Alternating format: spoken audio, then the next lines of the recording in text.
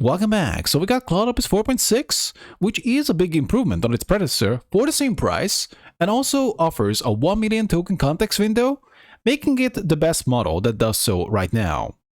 They also prepared some graphs, and it's actually interesting that they are featuring the GDP eval ELO scores 1600, and this is ELO, so it's kind of funny that Gemini 3 Pro is 1200, but whatever. So you got Agentic search tool, and the best model before Opus 4.6 came out was GPT 5.2. And, well, it's beating that, no doubt, along with its previous version. And it's interesting that in agentic capabilities, they seem to leap ahead more. I guess there's just more room. But also this video is going to be a 2-for because ChatGPT, or OpenAI, also released a new version, GPT 5.3, but only the Codex version, as of now. Coding-wise, we do see that Opus 4.5 was pretty damn good, but it was not 5.2 Codex level. And 4.6 Opus is apparently beating Codex. Although they very strategically picked this version, and also OpenAI is pretty strategic too, and they choose to release the GPT 5.3 today. And they're actually scoring 53 with tools on humanity's last exam. Very ominous. Albeit they definitely picked the stronger options here to feature, because perhaps simply said, they are more like tying with the GPT 5.2 in most other areas. Although it's interesting that they're kind of leaving this out. Novel problem solving, 68%. That's not too bad. Before, GPT 5.2 Pro was 54. And you can see that this is a massive improvement upon their previous score, right? I know there are possibly many Opus fans here, but the general agreement was before that GPT 5.2 was better, and it also flowed better, and it was better at solving problems.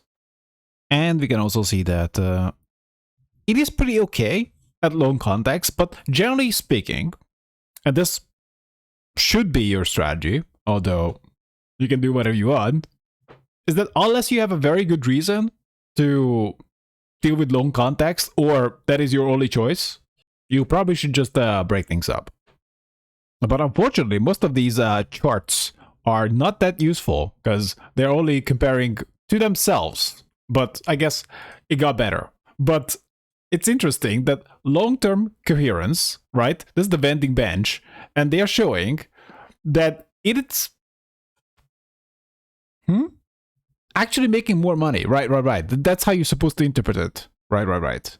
So Opus 4.6 makes more money than 4.5, and apparently GPT 5.2. But is this correct? Now, this is actually the site, and it seems to be correct. We are not even small. Okay, let's just see all models. And we see that, okay, can I see it? Well, Claude Opus is the top, and Gemini Pro is actually second. I actually didn't know that. And it was actually very, very close to the Claude Opus 4.5. And that was actually very close to Claude Sonnet, or at least, well, as close as possible. And GPT 5.2 was actually losing on this. Right. And this is consistent. It's not just like it just drops off at an arbitrary point. I'll bet it's a little curious that there are some breakpoints here. So this could be just small sample size, or perhaps they set the context optimization at around 120k and maybe like 200k or something. And you can see that this is not arbitrary, because this happens with Claude Sonnet 2. although it's a bit messy. And also scores better in cybersec and life sciences, which is mainly relevant here because they were mostly aiming for coding, right? Coding with some general reasoning, but we can see that the models are trying to be, well, more and more everything. So AI is really coming for your job if you are dealing with computational biology. And apparently it's a step forward on safety. So our automated behavioral audit, Opus 4.6, showed a low rate of misaligned behavior such as deception, sycophancy, okay, encouragement of user delusions.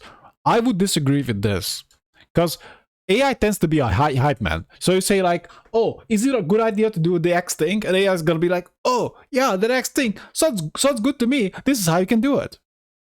And it would only really stop if you're actually just saying some really crazy stuff. But otherwise, at least in a technical sense, it tries to do what you ask it to do rather than very seriously analyzing what really should be done.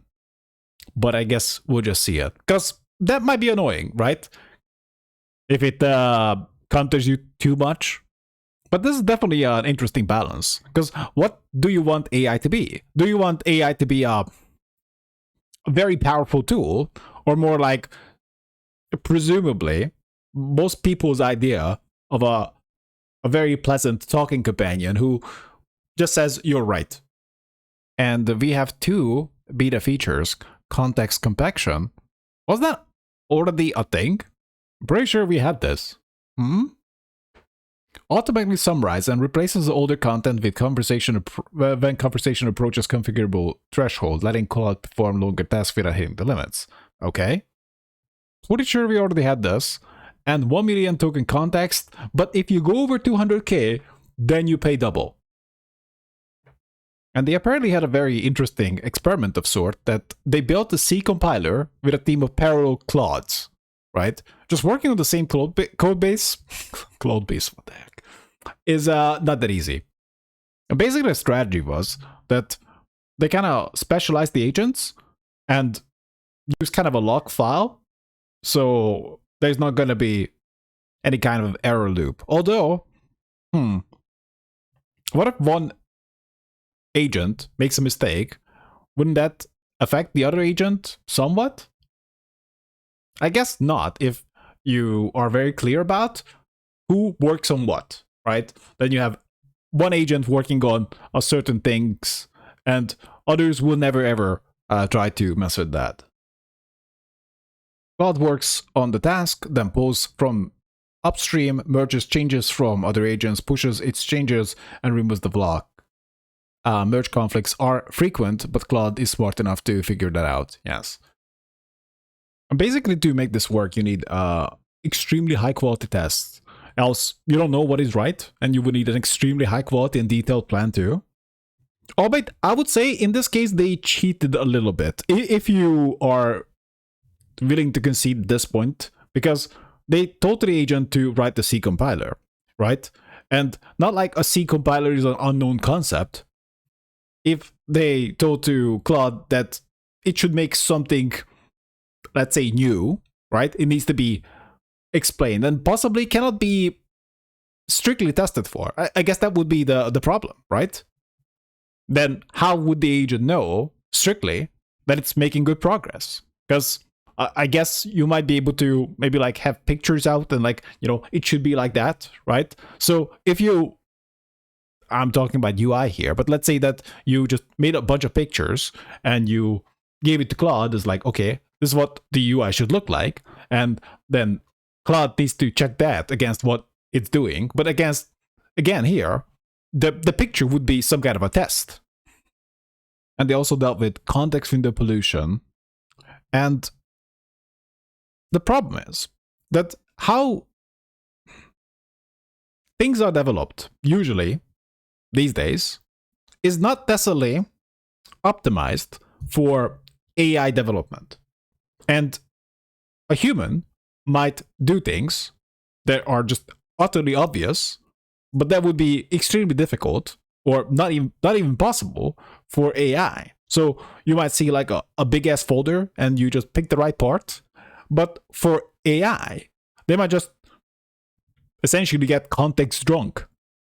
They cannot ignore wrong context or fluff context necessarily. Of course, you can have an AI that tries to manage its own context, I guess. Very much like a human who's just looking over things and then deciding to focus on something specific. But it doesn't seem to be that it's the approach that they are taking, even now. So this might not be as obvious. But also, evermore, AI will be writing the code. But this also means that AI should be writing code that's also easy for AI to understand. And that was not my experience lately. Even with GPT 5.2, that you gotta end up with context bloat, old context, and just wrong context. Even you are gonna be like, what the heck is going on here? Now you could say that you need to manage that yourself. But just pointing at that, that's gonna be possibly your main job. And we are finally touching on GPT 5.3 Codex. That kind of makes this video double, but that's just how we're gonna roll now. And apparently, 5.3 Codex was the first model that was instrumental in creating itself. I just cannot wait for the Terminators. And interestingly, not only has better performance, which is exactly what you would hope to see and expect to see on such benchmarks, but it does so in fewer tokens. So it seems to be like in the 50k-ish range, like 40k-ish kind of range, 43,000, right? 57% accuracy. And, well, it's clearly better than the other two. But this one is kind of reaching its peak at 91,000. And they are all turned to extra high. Wait, extra high, high, 56, 57. Right. So this kind of implies that you should turn your thing to high, I think. Not extra high. But it actually just scales better. 55% accuracy? Oh, they are being sneaky here. Alright. But this is still cool. So at 57,000 tokens, it was 55%.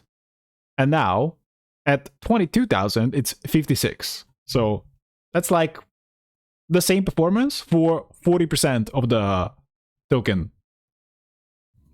And possibly, presumably, this also leads to, hopefully, faster performance. Because that would be possibly the main critique against Codex right now. That you just wait. This is a very much a prompt and wait for half an hour experience. And based on their stats, apparently it's almost 20% better than the previous Codex. And by the way, if you want more of a general use, then the GPT 5.2 makes more sense. The Codex version is just optimized for coding. And Codex made this car game, right? Oh no. The indie devs are gonna be sad about this. Or will they be? I don't know. But also, making such a thing with AI is a lot trickier. Because you would need to like prompt check. So here, AI would need to understand what is an interactable and how it should interact, right? But this is still a rather simple game here, because you just have a car, a 3D car, voxel car, and they're even avoiding the racers here, I guess. But basically the takeaway here is that if you just want to code, then almost certainly GPT 5.3 Codex is the way to go. They also have a bit of a special event that until April 2nd, I think, you get double the quota, if that is something you care about. Otherwise, Opus 4.6 might be the right choice. But of course, we would need to see what the GPT 5.3 non-Codex version looks like. These are still pretty expensive guys, because who else is going to leave a bunch of Claude Opus 4.6s just run for weeks, just hoping that you're gonna get something that might be just okay, right? Even in a job or work or whatever business context, that is going to be a lot of money. For me, I would say that the most interesting part is this. This is what captured me the most, that you have an extremely smart model. So this is apparently, as of now, is the best coding model, but also stays extremely smart at a low token count. And assuming that they do this well, then you have better answers, faster, that cost less money. And we can see that the extra high doesn't really make sense, except for benchmarks, right? Especially GPT 5.2, right? This is 90,000 tokens, and this is just 40,000. You get a little bit better results, but unless you really need that extra high, it's not worth it. Yeah, this is definitely huge. So we're back to 10 here as the most expensive model, Claude Opus 4.6, which is probably the way to go unless you're doing coding and you don't care about money. One thing I'm curious about is that would Codex on a lower setting be effectively better value than maybe a cheaper agent on a higher setting? And these were definitely big leaps, because we see that Claude Opus went from 63 to 70, where we had GPT 5.2 at 64, and now they're claiming 77%. Just my personal take, if you're considering value here too, then your best choice is most likely to go with Codex for coding, I guess, at least until we have the double quota until April 2nd, and then we can reevaluate. I'm not even sure how would you use Claude Opus 4.6 here. Clearly you cannot just get the max 20 plan and run it forever, although that is kind of what it's possibly setting up for. Because if they make it fully agentic, right, and you get the max 20, and actually that gets the work done, then that would be the only plan to get. Because everything else is clearly too expensive unless someone else is paying it. But for last, a very cool comparison is that, assuming that you used GPT 5.2 before, probably used it with the high setting. This offered a pretty good balance of quality and, well, I guess price and kind of speed. And now, to get the same level of quality, you would use the medium setting with GPT 5.3 Codex. It's 53% accuracy, the same as before, but also uses 25%-ish amount of the tokens as the other one. So 1/4. That is a pretty big gain. Well, presumably this would also make it 4 times as fast. This is actually pretty relevant for me, because even a few hours before, I was using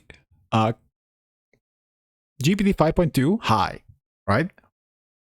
And if I just change nothing, but just switch to a GPT 5.3 Codex medium, then my quota is gonna last 4 times as long, while the responses are gonna be 4 times faster, presumably.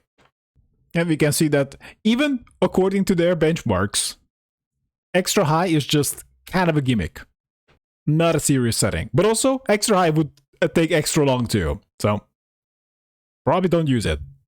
I don't know what to make of the Claude 4.6 Opus, because it is good, but also, would this also mean that you burn your quota twice as fast, assuming that you are making requests that are over 200k, right?